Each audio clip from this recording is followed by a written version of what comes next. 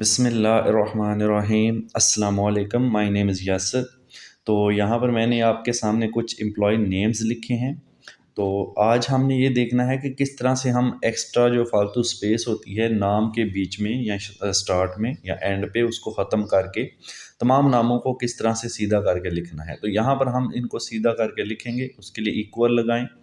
Trim का function आपने use करना है, ट्रिम लिखना है, ब्रैकेट स्टार्ट करनी है और आपका जो नेम लिस्ट है आपने उस लिस्ट को सिलेक्ट कर लेना है। तो यहाँ पर ब्रैकेट को क्लोज़ करके आपने इंटर कर देना है।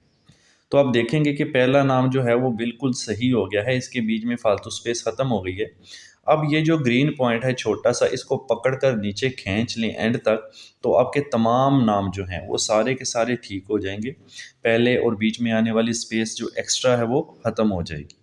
तो अगर ये वीडियो अच्छी लगती है तो लाइक कर दें, शेयर कर दें। Thank you so much.